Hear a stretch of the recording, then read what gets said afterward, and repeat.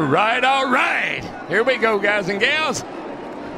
And boogity, boogity, boogity. Let's go racing, drivers. And we are live for the Loose Wheels Show, episode 41. I'm Andrew Hazlett. That's Ethan Ignatovsky. How about that? Same people as last week. Wow. As every week, pretty much. Pretty much. Are there weeks where it's not like that? Well, we do have guests sometimes. We do need to add. That is We true. need to bring in someone into the Bill Austin radio studio. We haven't had a guest in the live era. So Yeah. That is something to consider for the future. Yeah, definitely. And now for last week's race reviews. Charlotte Roval happened. NASCAR playoffs round number 2 ended. Round number 2 has ended of the NASCAR playoffs. There you go. Xfinity happened. Shout out NASCAR Race Control for not being the brightest. Where in the Xfinity race, Leland Honeyman, he was buried in the tires for a solid, 30 seconds. I didn't watch the race, but he was in the tire barriers for is a long enough time. And when does NASCAR throw the caution? Right before Parker Kligerman crosses the line to take the white flag and virtually end the race. So bad timing, NASCAR. Come on. Anyway, moving on to, I forgot. I should mention who won the race because I don't know who won the race. I just know that, Sam Mayer won, returning on to his road course goodness, because he's had a solid career on the road courses. That's where he won his first race, I believe, last year. So shout out to him.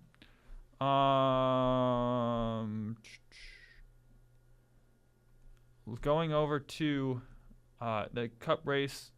Cup race was certainly a race. As SVG, Shane Van Gisbergen, Shane Van Hamburger, Shane whatever you want to call him. Shane the GOAT. Yeah. He led from pole, and that was good. First time ever an open car had led on pole. I may be wrong, but that's what happened. Reddick won stage 1 as leaders pit. And then the stage 1 results were Reddick, Logano, Elliott, Blaney, Larson were your playoff guys, and followed by a run of non-playoff guys.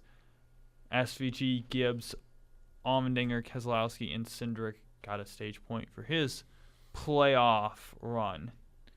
And then we had a series of a spin as Austin Dillon spun as Reddick clobbered Hamlin.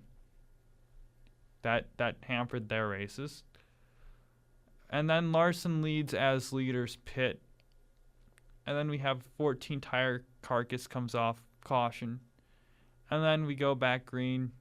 The 6 spins, the 1 spins, the 14 retires.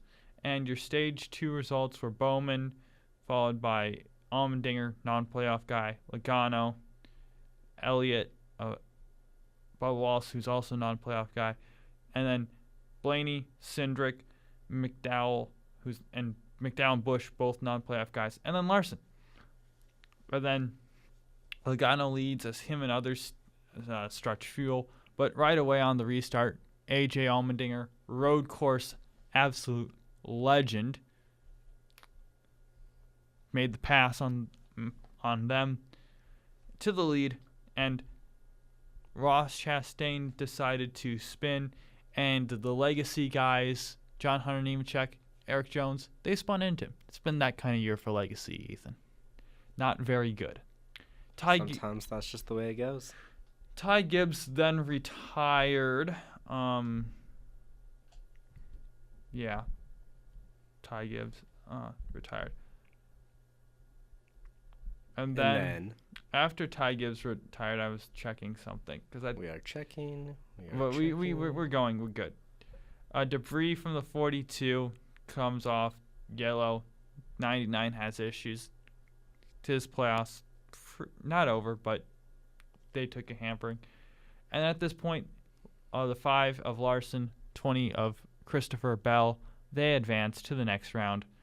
SVG has a spin, followed by Chris Buescher. Larson to the lead at this point. Todd Gilliland spins.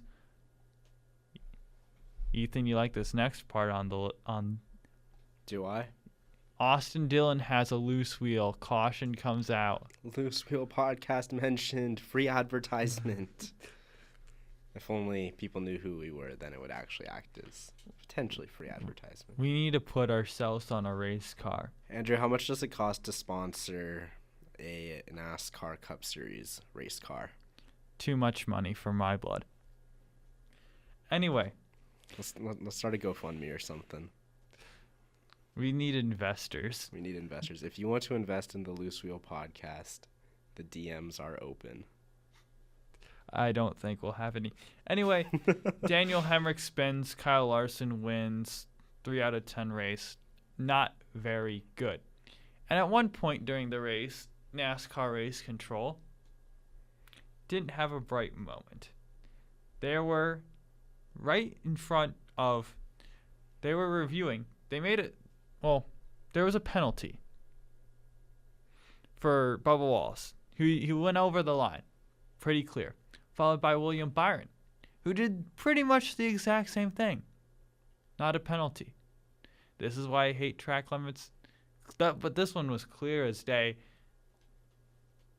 Yellow. Or it was a black and white, no gray area. Should have been a penalty. So there you go, NASCAR. You get the chicken award for that.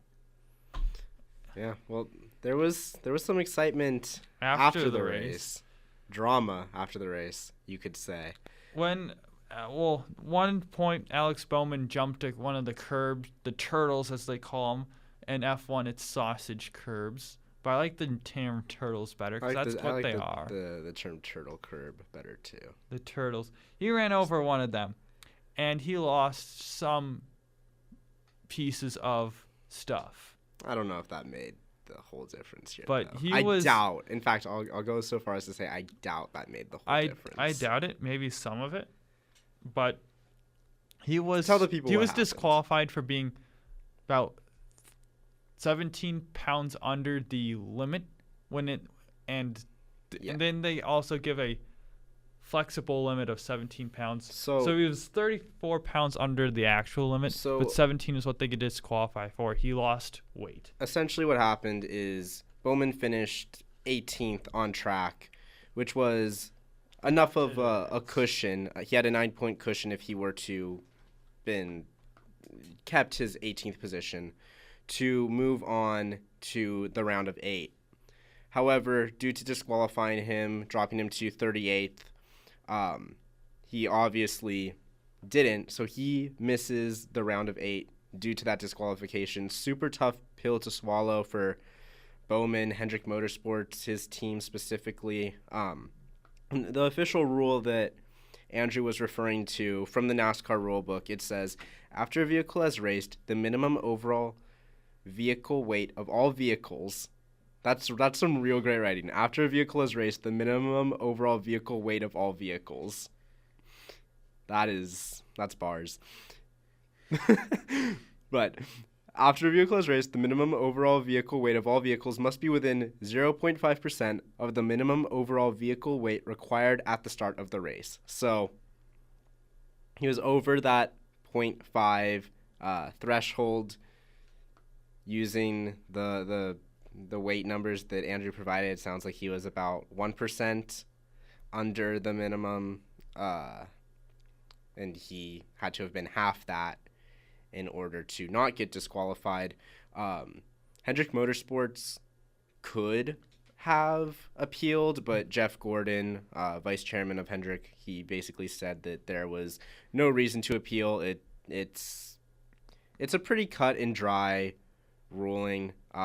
the team was given opportunities to. I'm not exactly sure how it would have helped them get back to that weight, but they were given, according to on3.com, they were given the opportunity to fuel the car, purge the water system, and add water.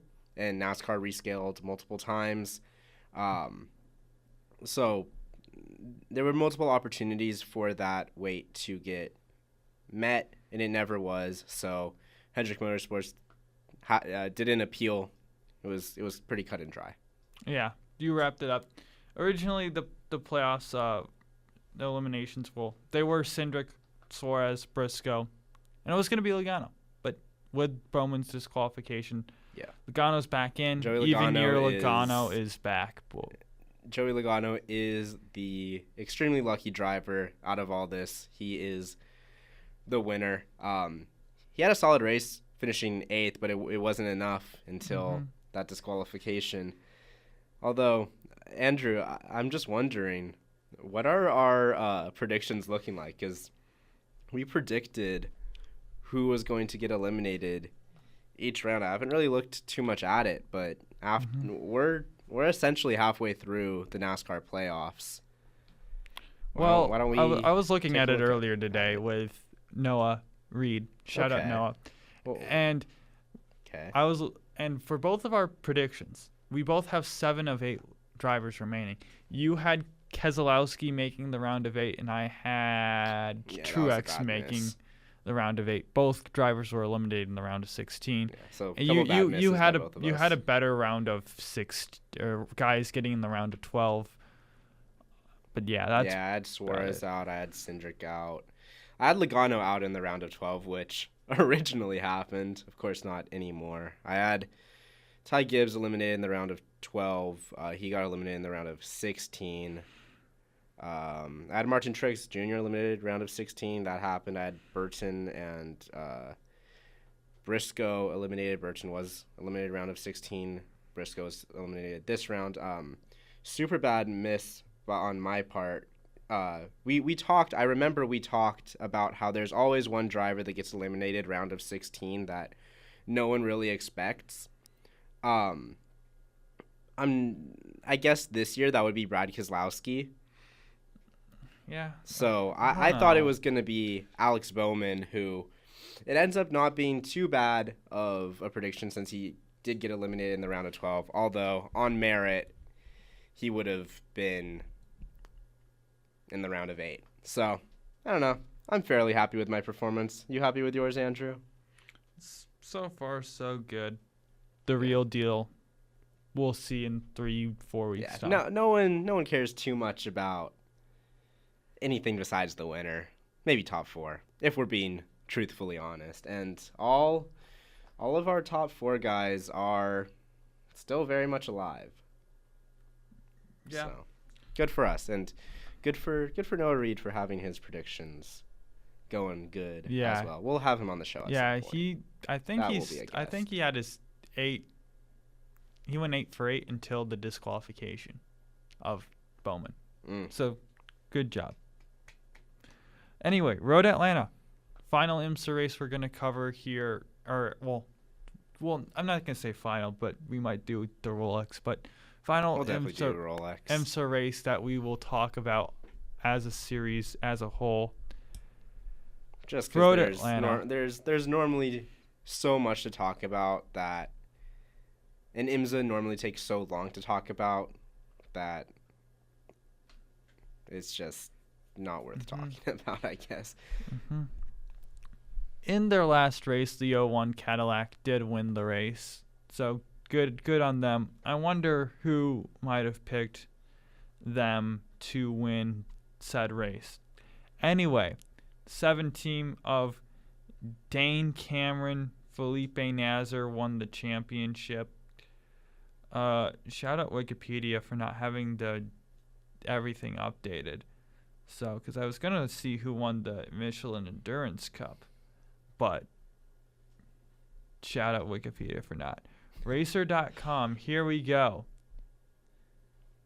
Give me a minute. Anyway, actually, we're not going to talk about that. What is happening? Yeah, so 11 team of TDS Racing, they won. And then the 52 team of Inter-Europol, the Polish bakery team, as Ethan now knows they are a Polish bakery. They won the championship. 19 Iron Lynx won the race in GTD. 77 AO, the Rexy Mobile. They won it by one position. Love it. Very close. Would have been a good race if I was watching, but I was kind of busy with other things. I've been a big AO racing, and these last few IMSA races, I've been a pretty big Inter-Europol guy, so Yes, you have. there you go. Anyway, Conquest Racing won GTD, and Windward Racing won the overall championship. Won it. Big Windward guy. I think I picked Windward every single week. I don't think you did. Close to it. Close to it, probably.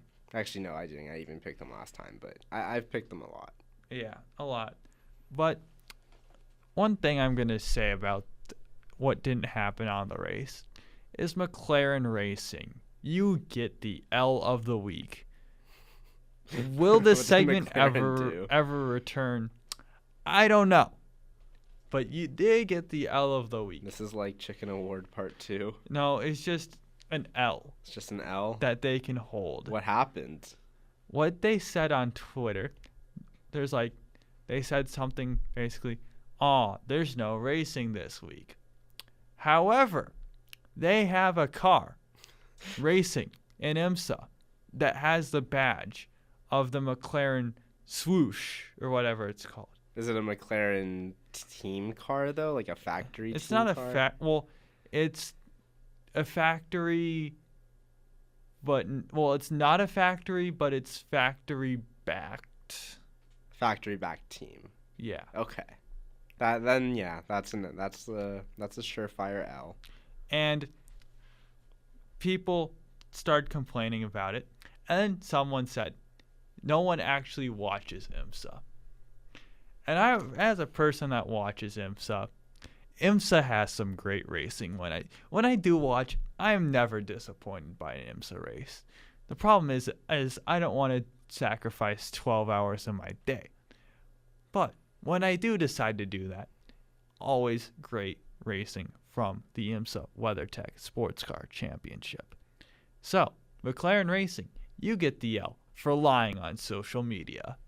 I don't think I wouldn't go so far as to say that's lying. Well, it's not telling the truth. And not telling the truth is technically lying. Am I wrong or am I right? Okay, I guess you're right. If those are the two options, but I think there's a gray middle ground here. Okay, I'll accept that. Anyway, on to the news. And now for the news. Let's do it. So, not really too much in terms of Formula One news, but there is one pretty huge story. Haas Formula One team is entering what is being called a technical partnership with Toyota. And so, it is a technical partnership, but it's importantly, at least not at the start, going to be an engine deal. Haas is still also partners with Ferrari, and that engine deal is running either until or through 2028, I want to say. So there's no announcement that this is going to be an engine thing at any point. It also doesn't interfere with Haas's agreement with Dallara, however you say it. Dallara. Dallara will continue to make the chassis for Haas. So, essentially, Haas is just adding someone else into the fold to help them out.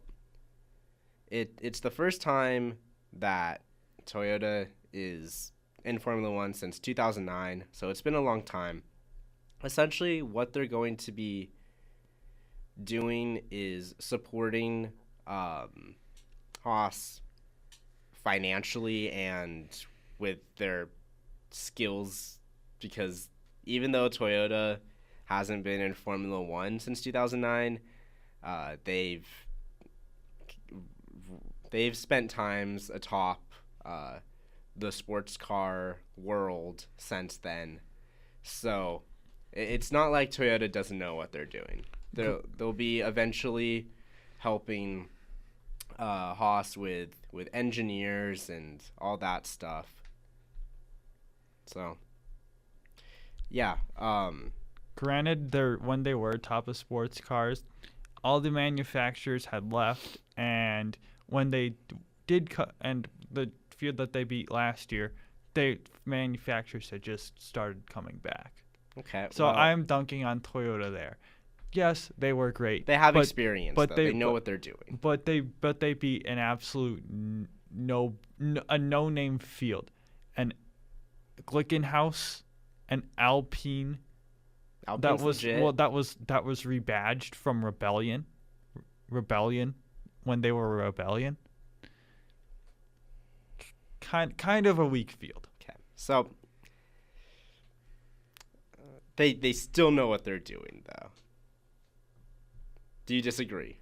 I don't disagree. It's just that Are they not still competitive in other racing series?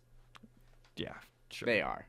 They've had success in NASCAR. In WEC. NASCAR. That's not wrong. That's true. They've had success in rally racing. Like, they're still fast. They're still fast. They still have people that work for them that know what they're doing, and those people will be able to help Haas. So, Haas is the smallest team on the grid. It's just factual. Yeah, so their name's only 4 letters. Okay. In terms of people, they're the smallest team on the grid. So they'll be able to rely on Toyota employees to help them out. They're going to have access to Toyota's former F1 facility in Cologne, which, as I mentioned, their WEC and rally teams are based out of there. Toyota is going to help Haas build a simulator so that they don't have to use Ferraris. Because, Andrew, did you know that Haas doesn't have a simulator? Yes. It's pretty crazy. But, yeah, so Haas is going to get its own simulator eventually. Toyota engineers are going to start to get integrated into the team. They're going to help out in work with Dallara to help build the chassis and this and that. And how Dallara plays into this hasn't fully been figured out, but that's what it seems like anyway. Mm-hmm. They'll be able to use Toyota reserve drivers or Toyota drivers as reserve drivers, test drivers. I know two that have Formula One experience. Yeah. Kamui Kobayashi and True. Nick DeVries. And I think Sebastian Buemi has F1 experience too. None of those guys should be back in a Formula One car. There's another one in a race, but to test and help the team out, yeah. Brendan Hartley. Brendan Hartley, that is true. Huge Brendan Hartley guy. From down under.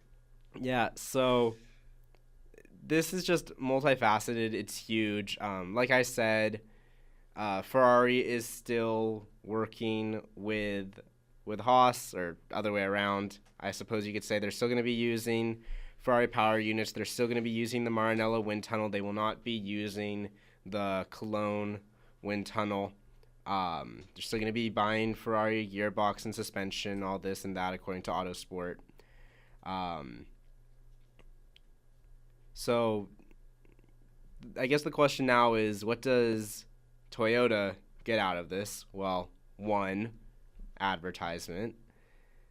And 2, knowledge. Like, a lot of a lot of teams or a lot of auto manufacturers are in Formula One to test out things that will eventually make it to their road cars. And you might think, yeah, that's crazy, but it's true. Teams take the learnings from things like hybrid systems, and they eventually get trickled down into road cars. Now, I'm not saying that Camry hybrid or whatever is anything close to an F1 car, because it's about the farthest thing from it.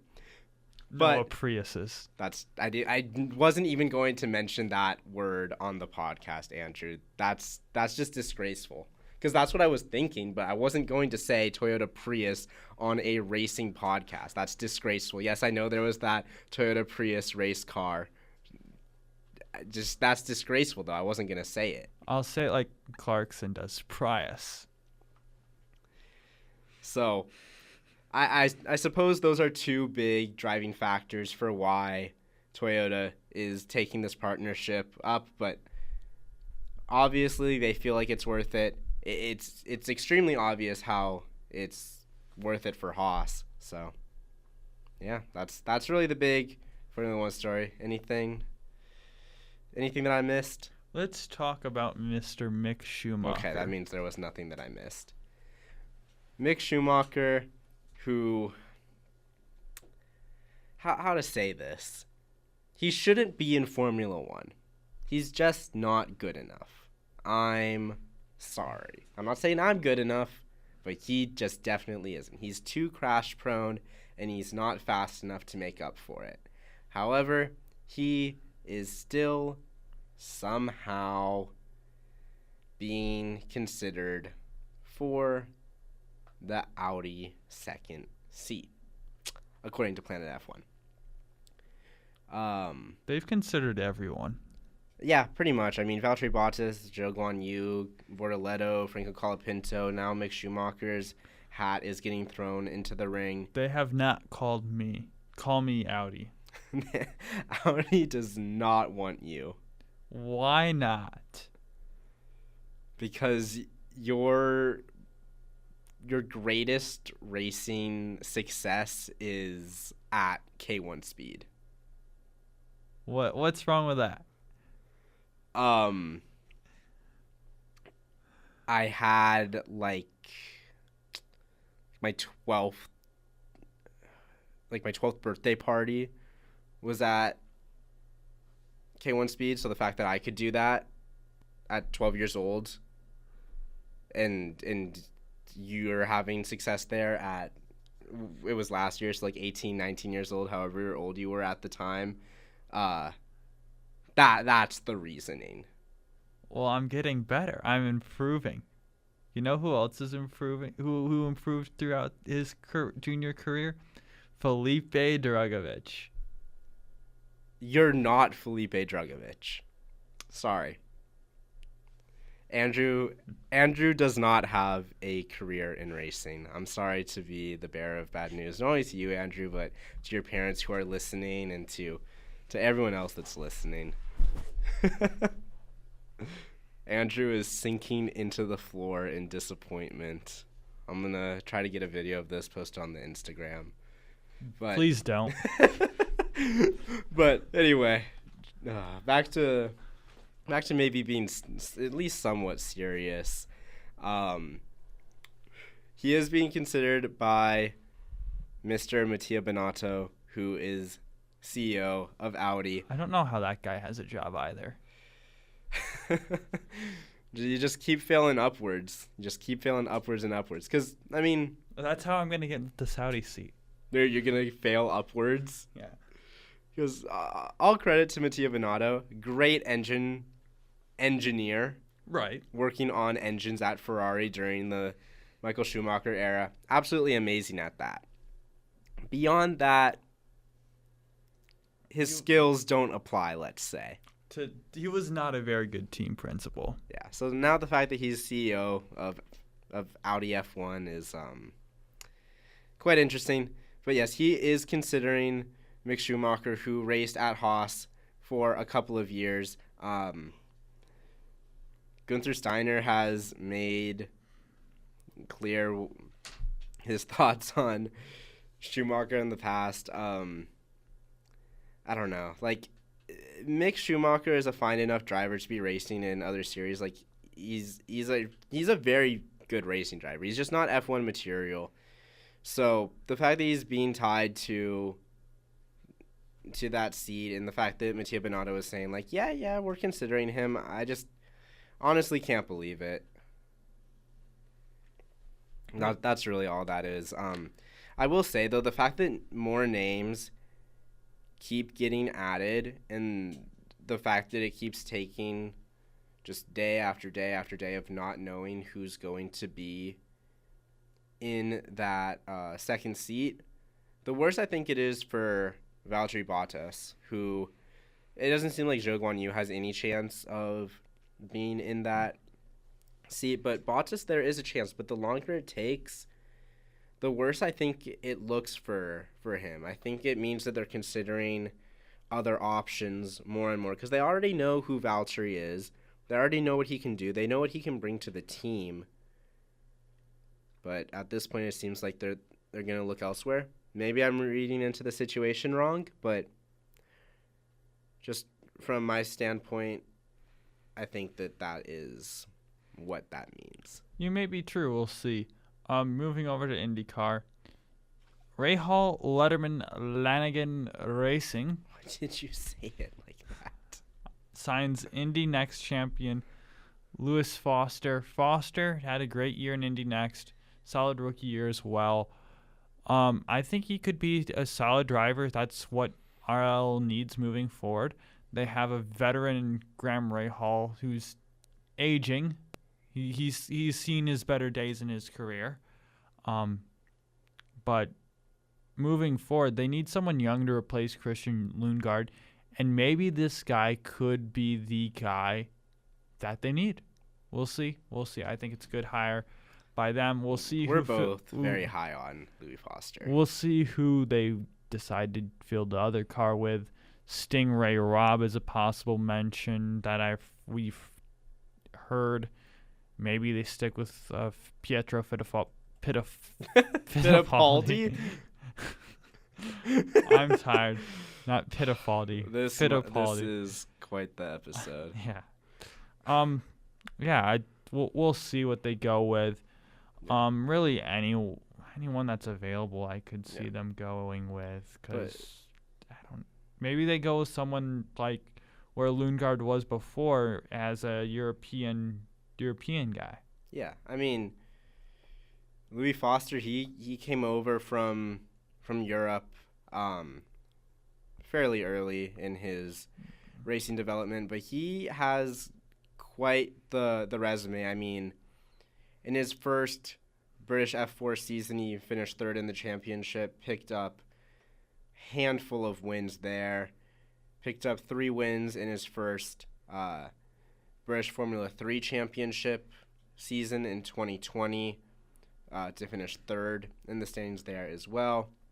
In his second, really his first full season of Euro Formula, he finished second, got 3 wins there. Then he came over to America, won in the Indy Pro 2000 championship in his first season, and then he spent the last 2 seasons in Indy Next. In his rookie year, he finished 4th, and then this past year, he won. I mean, he finished on the podium in all but 2 rounds this season in Indy Next, and not even just on the podium. He only finished 3rd once, and he only finished 2nd 3 times. Handful of wins for Louis Foster. Let's see, 1, 2, 3, 4, 5, 6, 7, 8 wins for Louis Foster.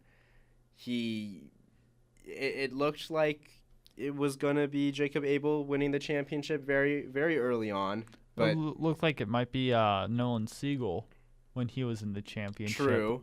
True.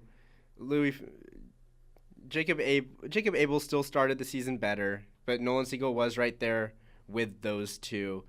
And then Louis Foster just pulled away completely. Like, he was super dominant, super deserving of a seat in I almost said Formula One in IndyCar. Although, hey, I mean, put him in F2, see how he. Although F2 doesn't even mean anything anymore. F2 is fraudulent these days. But Real. maybe he is deserving of Formula One. I don't know. But he's in IndyCar. I expect him to do well. We'll see how he does his rookie season. Maybe there is a learning curve, but given his resume, doesn't look like it takes him a long time to figure things out. Yeah, my choice to fill the third car would be Linus Lundqvist. I don't know about you, Ethan. Okay. I mean, who's available, really? You've got Linus Lundqvist, Teo Pourchaire's available. That's really it. You can have Connor Daly, Renus VK. That would be a good choice as well. That's really it. Unless you want to go like a Yuri Vips or who else is coming from? It could come from Indy next. Jacob Abel. You can have one of the 50 million guys that ran from Dale Coyne this year. Yeah. Jamie Chadwick. No. James Rowe Jr. Not yet, anyway. Going over to Formula 2. Who was good in Formula 2 that might come over? I don't know. That's why I'm looking. Maybe like a Bortoletto, Hajar, Maloney. Bortoletto might come over to IndyCar, but not yet. Crawford. He still has business in Europe. Felipe Drugovich. Drugovich could come over to IndyCar Logan for sure. Sargent, yeah. Valtteri Bottas. Ricardo won't. Maybe Enzo Fittipaldi. He's tested at IndyCar before. Yeah, and We'll Enzo Fittipaldi probably doesn't have future in F1. Dennis Hauger probably doesn't have much of a future in F1 anymore. Those are a couple of real solid drivers. I mean, especially Hauger. His fall off has kind of been a little insane. I could see Dennis Hauger making out to be a fairly solid IndyCar driver, but if we're talking this season, who I'm putting in that second seat, you said Linus Lundqvist. I would go Teo Pourchaire if he isn't signed by Audi for that second seat, which it doesn't seem like he's going to be in that seat, even though he deserves to be in that seat. So I would go Teo Pourchaire. And if not Teo Pourchaire, Arenas VK. Yeah, that's what I thought you were going to say. I would say that Lundqvist would probably be my third. Unless a guy like Dennis Hauger did want to jump over, then he would probably jump in. But out of the realistic options, those would be my top three. Yeah. Moving over. I think both Pourchaire and VK definitely deserve a seat. Lundqvist too, but yeah. Moving over to the hybrid test. Alex Palou led it. Shocker. No, not a shocker. He's been good at the Speedway. Hasn't been able to find a win, but it was sarcasm. Yeah, I know. Last year Ganassi was a little off at the Speedway. If they can rekindle the magic that they have in the past, that could mean business. Moving over to NASCAR, they made several concessions in charter negotiations, which they did take money from their own tracks, say, teams, you can have it more. Teams said, we want more because we aren't having enough money to run a race team that added without losing profit. So, money stuff, we'll see how that goes. Another part of the charter negotiations is 2311 Racing and Front Row Motorsports have filed a preliminary injunction to race as chartered NASCAR Cup Series teams at 25. We'll see how that goes. Ethan, you're looking around. Yeah. I don't know why. Because I had nothing to add to this conversation. We'll see how this goes. And I saw things on the internet that made me have to clear my oh mind. Boy, you didn't send anything to me, so that's No. good. Another small nugget of information: Speedway Motorsports and Rick Hendrick team to form 10 Tenths Motor Club, which will be just outside Charlotte Motor Speedway. their version of Thermal Club. Maybe there'll be a race there. Hopefully not, because I don't like Thermal Club. Chad Fincham returns to NASCAR Cup Series at Homestead with MVM Motorsports. Not a surprising thing. Fincham's been with the team for a while, but we'll see how he does. Probably runs last because that car is doo-doo. You're only as good as your machinery, right? Yes. And if you're an equal machinery, you want to beat your teammate. Is there ever really such thing as equal machinery, though? Just ask Nico Rosberg. Anyway, into the previews. And now for next week's race previews. Viva Las Vegas. You have your rotating drivers. Cody Ware in the 15, Shane Van Gisbergen in the 16, and Jimmy the Juggernaut Johnson in the 84. The 5. Each week, I say this, I give you 5 drivers. Keep your eye out for those 5. I've got Kyle Larson, 3-time winner there. Joey Logano, 3-time winner there as well. William Byron, Martin, and Denny Hamlin, both single-time winners there, but they're both always good in the intermediates. And you have Martin Truex Jr., who won there twice. Some honorable mentions that didn't quite make the cut. We have Jimmy the Juggernaut Johnson, who won there 4 times. Brad Keselowski, who won there 3 times. And Alex Bowman, who after he won there, received the nickname All Luck, No Skill from Kyle Busch.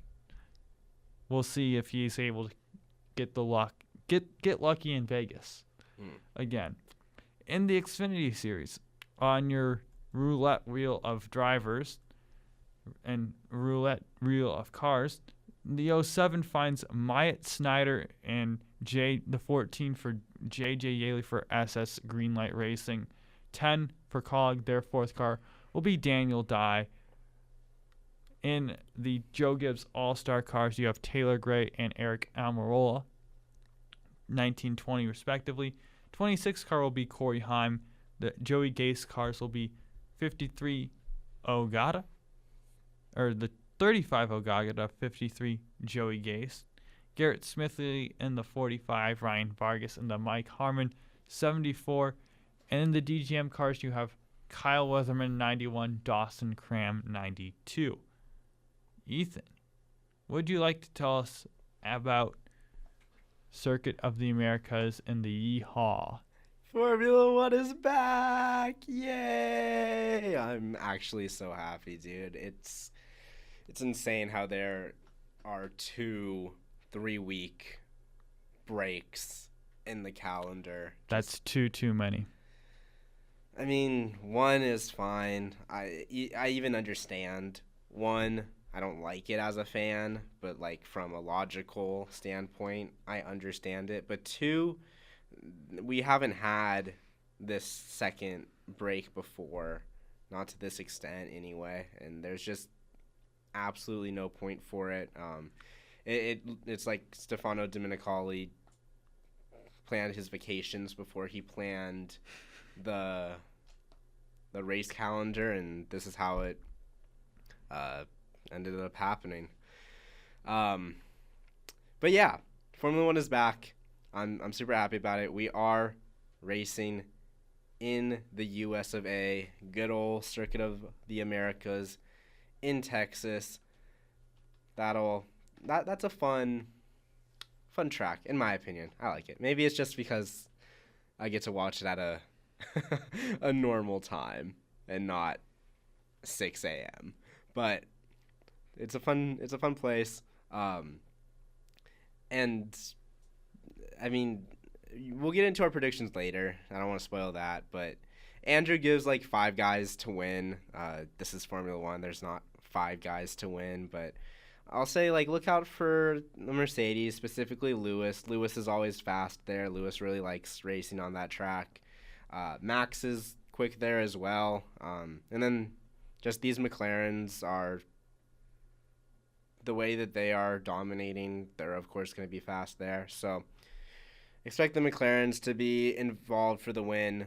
Expect Max to have an outside shot, and even Lewis Hamilton to have an outside shot. So I can't give you 5, but there's 4, so close enough, right? Maybe. Sure. Sure. Okay. Speaking of 4, this is the 4th race weekend in a row where there has been a driver change. I'm pretty sure how this happened was I made a joke or something to Andrew about how it's always funny how I'm just sitting here waiting for him to finish yapping about the NASCAR driver changes, and then I go, yeah, it's Formula 1. The seats are all the same. And then now 4 race weekends in a row, the seats have not been the same because first Franco Colapinto replaced Logan Sargent in Italy. And then you had Magnussen got suspended. Yeah. And he was replaced by Oliver Behrman. And then Magnussen came back for Singapore. Behrman replaced Magnussen at Baku. And then Magnussen came back for Singapore. And then now, after the break, Daniel Ricciardo has gotten kicked out of his seat at RB and replaced by Liam Lawson. And we've already talked about all of that, but that's what happened. So 4th race weekend in a row with a new driver. A little interesting there.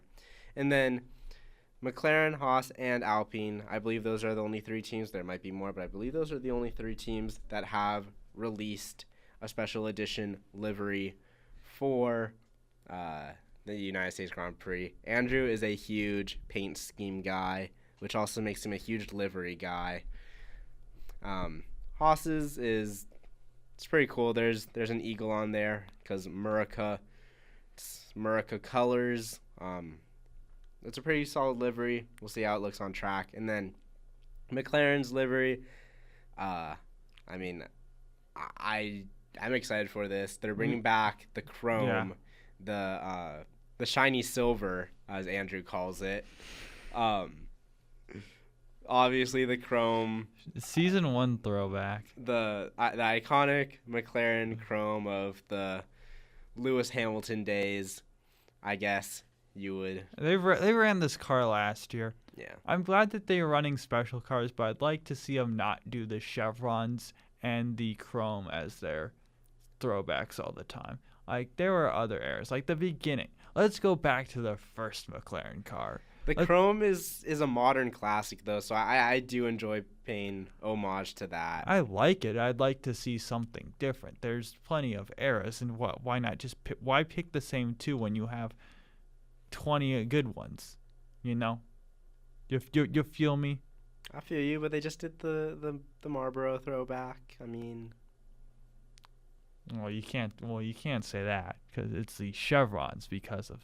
Right. It is totally not a throwback to the tobacco-sponsored Formula 1 era. Tobacco would never have an involvement in Formula 1. Isn't that right, Andrew? Yeah, shout out Mission Winnow. Shout out. Whatever that is. Philip Morris International is what it is. Cool. Anyway, they own Marlboro. And then the moving on. Alpine car. Alpine. It was shot intentionally, but it was shot in very misleading and bad lighting to make it looks like a McLaren.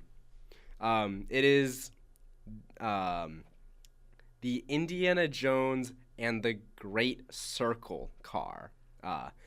According to F1.com, it is via a collaboration with team partner Xbox. How is Xbox and Indiana Jones? Is this for an Indiana Jones video game? I guess it's for an Indiana Jones video game. There you go. So that's cool, I suppose. Andrew, you gonna be buying the Indiana Jones video game? No. But it's an interesting looking car. It is orange. Like, it looks like a McLaren. So that'll be a little interesting, I suppose, on track. It's going to look like there are 2 McLarens out there, but the McLaren... Well, there are 2 McLarens out there. You've got Lando and Oscar. Dude. You, as well as everyone else, knew what I meant. It'll look like there are 4 McLarens out there. You happy? 2 sets of McLarens. Mm-hmm. Except the actual McLarens won't be looking like how the McLarens this year look, because the black will be chrome, so they won't be black and orange, and instead the Alpine will be black and orange. It is Crofty's worst nightmare, is what it is. So why is it Crofty's worst nightmare? Can he not see orange? I love Crofty, but he has enough trouble distinguishing drivers, let alone the fact that it's going to look like there are 4 McLarens out there. Okay. So, praying for Crofty. And now for next week's race picks. All right, so I think that means we can move on to my favorite segment. No, this is constantly called my favorite segment. Well, just because you had a good week doesn't mean it's your favorite segment. No, this is my favorite segment. Well, it was your favorite when you were doing good. It is still my favorite segment. Now it's mine. I'm still winning, and it is still my favorite segment. But how many points are you winning by? 4. So score in 7 years ago. You know, the last time I was this close, audience, to Ethan, Miami. They said I was washed. They said I was down and out, but I'm back. I am officially back. You're still in the same position as you were. You're still second. You do have a chance to take me over, but let's talk about what happened, how we got here. Firstly, Andrew's pick of Cadillac, the number 1 Cadillac, 01 Cadillac, winning GTP at Road Atlanta, was correct. That's 5 points there. And then he pretty much swept. His other picks didn't win, but the 74 Riley, the 62 Risi Competizione, the 78 Forte, they all finished ahead of my picks with the 52 Inter Europool, the 77 AO Racing, and the 32 Korthoff Preston. And then even in NASCAR, Andrew wasn't finished just yet. AJ Allmendinger, he finished ahead of SVG, albeit by only 1 position, to pick up another point there for Andrew. It wasn't a shutout. My pick of William Byron finished ahead of Chase Elliott by 2 positions. But it was very, very close to Andrew picking up all the points. Even if it wasn't the maximum points he could have picked up, because they didn't all win. They all beat my picks. So my lead has been falling. It's at 324 right now. Andrew is right on my tail at 320. Guests still at 80 points back. They've been at 80 points back for the last 4 weeks. The guests don't even exist. They're there in spirit. They're there in spirit. But we'll go over our picks for this upcoming week before we get out of here. It's a sprint week. Everyone pretend to be excited for that part of Formula One being back. We're going to call it the Formula E part of the weekend because no one likes it. That's a little extreme. That's a little rude. But we're both picking Lando Norris to win that. Let's go, Lando. Lando is okay. I wonder if those happy Dutch guys still believe that now that I mean, the rivalry between Max and Lando is pretty centered on Twitter. I mean, Lando and Max are still best of friends, but the you wouldn't know that if you spent more than 0.2 seconds on F1 Twitter. So wonder if those guys are big reality people or big F1 Twitter people. Anyway, I'm choosing Lando Norris to also win the main race. You're saying Max Verstappen. Why are you saying Max Verstappen? Because of one reason. He's Super Max. All right. Super Max. You do think that Lando will finish second, and then you have Chuck Leclerc, Charles Leclerc, rounding out your podium in third. Any reason for Charles? Because I don't see that, to be honest. I just don't see it. He was at podium last year, I believe, until he got disqualified. Okay. I don't know if that's true or not. I'll take your word for it. I don't remember. I think we talked about it on the pod last year. You probably did if it happened. I have Oscar Piastri completing the McLaren 1-2, and then I have Max Verstappen in third, juggling between if I think it's going to be Max or Lewis. But Max Max, who is never good in Singapore, was actually happy with his Red Bull in Singapore. Does that mean that he's now, like, it could be funny if the one race where he's, like, super happy with his car again is Singapore, and then everywhere else he's struggling a little bit when normally it's the opposite. But given the fact that he was happy with the car in Singapore, I give him the edge over Louis. And then if we're going over to NASCAR, Andrew with he originally had, who did you originally have, Andrew? Austin Hill. But I went over to Eric Almirola because he's been doing good in the starts this year. Kind of a flyer pick. We'll see how it we'll see how it goes. Yeah. I'm taking Cole Custer. He's very good there. But a guy who's even better there is Kyle Larson. And that is both my pick and Andrew's pick for the Cup Series. Picking anyone else is honestly a little bit silly. Kyle Larson is just that good there. Even in NASCAR, a series where anyone could win and except Cody Ware. Anyone does win. Kyle Larson except Cody Ware is still the guy at Las Vegas. So that's all from us. Any final words, Andrew? Well, we've got Goodbye Everyone, and we've got Sway by Michael Bublé coming up next. Yeah. Thank you for sticking with us on one of the episodes of all time. To me, it looked like he actually lost the wheel. The wheel for Ross Chastain is still and perfect. Wheel on the track. Did you leave the wheel loose? You picked the fine time to leave me loose, wheel.